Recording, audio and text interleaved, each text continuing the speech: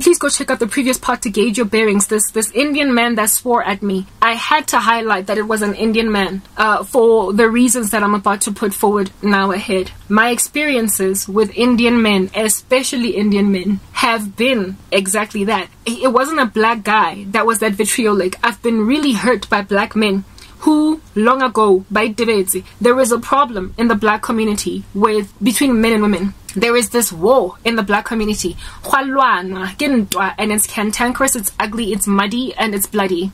And they are murdering each other. And they have no tact in this fight. And they are bringing the rest of us who are not interested in this fight in the mix. And so I, frankly, am suffering, dying, collateral damage as a black woman at the hands of black men and other black women because of ndwae that they're in. That albeit not wanting to be a part of it, by mere virtue of my skin color, I'm made to be a participant of it. So I keep on catching stray bullets from exceptionally rude black men and exceptionally angry black women. And it's painful, but it is a strife or a struggle that I have been in for so long that I every so often wear a bulletproof vest. And so their insults and their profane way about themselves just kind of, afflict me only because they tried to hurt me. But I live because I've got a bulletproof vest on. However, the Indian community is in and of itself curious about what's going on in the black community. I would know because historically I've had quite a few Indian friends, and I've gotten in my life, next to black people, the closest friends I've had have been Indian because bana lebo bunso lebona, right? One of my best, in fact, she was very tight with me. She actually betrayed the living daylights out of me. Ultimately, Gaditlari. Marahane Kisabazako MTN, the girl that I was tightest with, all over the show, we were basically Bumba besties tied together. My Siamese twins was an Indian girl. Right? I relate with them very well, and there is something very warm, Kabona. And I don't know how many times my former Indian friends have asked me this question, not trying to be offensive, not trying to be, taboo, have asked me, do you guys love each other thoroughly? I once had this real estate agent as I was looking for a place to stay in because my mom kept on kicking me out of home. I remember he asked me, using my last cents in the season of persecution, when I still had some leftover money from my pension, because I couldn't go back home because, my mom was weird. This real estate agent was like, why are you spending this much money for 6 months rental up front when you can just go stay at home with family? And I was just like, things are complicated at home, I can't. So he then went on to be like, I don't mean to be offensive, please don't look at it the wrong way, but can I just ask you this question? If your mother passed away, would you cry? And my response to him was, I get where you're coming from. I did not even say, what in the world? How offensive are you? How dare you ask me such a thing as that? To him, it was like, no, I'm just asking because I have noticed that there is a carelessness in the black community concerning each other. It's like you guys don't care when the next man struggles. When they fall on the ground splat, you just kind of walk by and you don't care. He had observed this being an Indian man having lived in South Africa all his life. And I was like, I get where you're coming from, because black people, they don't want to see each other moving ahead. They stab each other in the back right inside their own camp. They don't have a concept, your camaraderie, like to keep the family strong for this, so that you can fight against enemies on the outside. Divide and conquer. They don't know how to capitalize on divide and conquer or strengthen yourself in unity. They fight inside. They infight. Black people, like inside, and by inside I'm not even speaking family extended, even within immediate family set. Utatola OC, immediate, literally same dad, same mom, refusing that her little sister or her older sister should get a career or be okay or marry well. There's a lot of witchcraft that is within immediate families, and of course extended in the black community, to a point where camaraderie is gaunt. It's hollow, not sacrificed. It's a human sacrifice. And it is all in the spirit of acquisition. Number one. And this is something that everybody around the black community in this country observes. But black people have an entitlement to not be critiqued. Otherwise, everybody else is accused of being racist when they critique them. So if somebody raises something that is truthful about a black person that does not belong to the black community, they automatically get given over to the Black Lives Matter movement to have somebody riot against what they said. So it's very hard for people that come outside of the black community to basically ask questions like the one that this man asked. He, however, felt brave enough to ask me, and thankfully he encountered a woman that does not subscribe to that ludicrous movement called Black Lives Matter.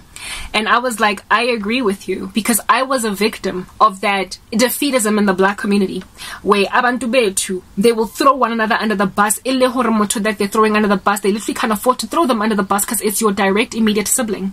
And umama gashona, who are you going to organize funeral with? Who are you going to in the future partition a estate yegama where nacheka ha lwantsha uswa gago ha botlhoko ka ha kana go ntshiwa meno? You who refuses that your family should all together be strong. What's going to happen to the baby sister that is still in high school? Who's going to take care of her? Who's going to be her second mom when the actual mom has passed away? The one that's still in high school, because you alone cannot take care of me and the baby. If the level of defeatism is inside the black community. Alright, and Indian people gaze upon it with curiosity because there is camaraderie in the Indian community. They hold each other's fort down. Even when they're not related, they will hold each other's agenda. Cause charo for charo, brother for brother, they have that thing. In corporate, they promote each other just because they've got the Indian skin. They push one another's businesses and agenda, and they stick with family, and that's why their families thrive and they're so big. So when they look at the black community, it's like we're these animals that don't know what is fit and right for them. We lack wisdom, basic wisdom to conquer our enemies. That's why there is so much poverty in the black community. Indian people came out of apartheid with us having also been previously disadvantaged, and yet the way that they thrived in their businesses immediately after they were given leg room to move, the way that they are literally the second most powerful demographic in this country after white people because they've maintained their power, is evidence of Tabaure. There is community, there is power, in community and in unity. They stick to each other, and they look at black people as these confusing lone rangers that are walking around literally bashing each other's households. Abena tando, tact, no care for each other. They don't have loyalty to one another. So when this dude asked me this, I got it. Therefore, when an Indian man commented on my comment section, a Mr. Naidu of sorts, saying BS to me, it hurt because it said a lot about how far gone the world at large must be for an Indian man who understands basic things like the softness of women and the influence of family to speak like this to a woman. So African Indians are not religious extremists unto Allah or Krishna or whatever. You will find those in the Middle East. They tend to be very sweet, kind, open, and they are like an older Indian man. It feels very fatherly to a young black girl or a young black boy. I don't know if you bikini auntie men, there's something about them that we connect to. So if at all an Indian dude is speaking rubbish to a black person, it's not highly in South Africa. It is highly unlikely inspired by racism. There is some other issue back there. So you can understand how contagious sin is. If an Indian man who has this basic mindset, they have this camaraderie with one another thing, and they tend to be very brotherly with people, including abantu abamnyama. When then a person like that has already been tarnished to a point of uktuga, indodagazi, a woman, it says a lot. It says a lot. It says that as society at large, whatever sins dwell in one demographic, the lines have been blurred. It's now entering into another. And so now we find ourselves in 2 Timothy 3 Boulevard, where my demarcations as to what is the typical character flaw of this particular people group.